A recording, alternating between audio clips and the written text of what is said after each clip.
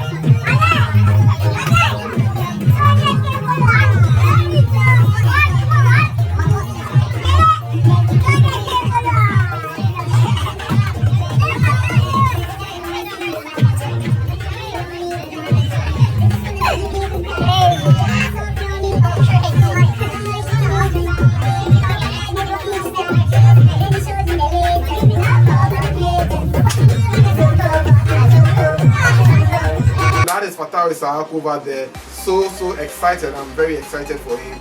Now Leicester City would have to sign him permanently because it was a clause in their contract with Fatawu Issahaku, who is on loan from Sporting Lisbon, that if he's able to qualify them back to the Premier League, well, you would have to sign him. And now Sporting Lisbon are going to earn $17 million from Fatawu Issahaku's contract at Leicester City. So that is about it about Fatawu Issahaku and his great performance at Leicester City. Now let's go ahead and do some more, because Ghana's captain Ayew over the weekend scored a goal against PSG in the house 3-3 game against PSG. Well, after the game, Ayew was caught up with a Ghanaian journalist from GH1 all the way in France, asked him about how he managed to score the goal, and Ayew had this to say about the goal that he scored against PSG. On your goal, how do you feel scoring against PSG tonight? Thank you. It's a good feeling, to score versus Paris, especially that I'm a Marseille boy. Right. The rivalry between the two clubs is very big, and I've got a few goals versus Paris, so to have another one again is a great feeling. So hopefully it continues. Right. So since you came back, how is the season going so far? Everything is going really well personally. I'm physically fit, getting back to my best shape bit by bit. I was injured for a while and didn't sign for a club early, so needed time to adapt for the body to get back into shape. But now hopefully everything will be okay, and we keep working hard, and we keep going. So 4 games to wrap up the season. What sort of advice have you given to your colleagues? Because you guys are not on a good position on the league table. What are you guys doing to escape relegation? I think we are doing hard work. Our squad is very young. We have a lot of young players. The team came from League 2, so already to be where we are already is not bad. We need to continue working as a team, being calm. We proved today that we can face the next champions of France, so that means we can face anybody. But we need to understand that, and we need to put the same effort week in, week out, which is not easy. But with the last games to go, if we stay focused and we stay calm with the same determination, I think by God's grace, everything will be okay. Right. So that is Ayew over there talking about his goal and the fact that he and his teammates will be working hard to ensure that they have survived relegation, because as at now, his team is struggling to overcome relegation in the French league. Well, let's wrap it all up with the Nigerian Super Eagles, because Nigeria has appointed Finidi George as their substantive head coach. Well, Finidi George was the caretaker of the Nigerian Super Eagles after their head coach, Jose Peseiro, the Portuguese manager, decided to resign from his post after the 2023 AFCON. So Finidi George was appointed as caretaker for the game against Ghana, and in fact, he led the Super Eagles to beat Ghana in the friendly match back in March. Now, the Nigerian Football Federation, that is NFF, yesterday announced that they've settled on their legendary player to become the head coach of the team. So now Finidi George, the 51-year-old, is now the head coach of the Nigerian Super Eagles. Now, his biggest task is to ensure that Nigeria qualifies for the 2026 FIFA World Cup, because Nigeria missed the World Cup in 2022 at Qatar because they couldn't defeat the Black Stars. Now, they have a big chance to qualify for the World Cup if they are able to top their group in Group C of the Africa World Cup qualifiers. Now, the issue is that Nigeria are in 3rd place of the qualifiers, and they would have to ensure that they are on top of the table to qualify automatically for the 2026 FIFA World Cup. Now, Finidi George was the assistant coach to Jose Peseiro, so of course he has gotten some form of experience, but he would have to up his game because he's going to deal with Super Eagles players who are stars. They play for big teams.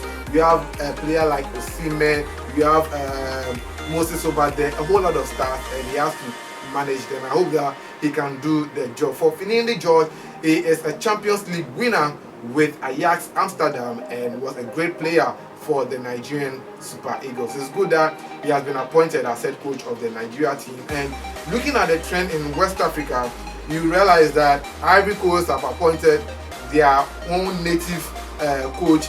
Ghana also has Otuado, a native, as coach.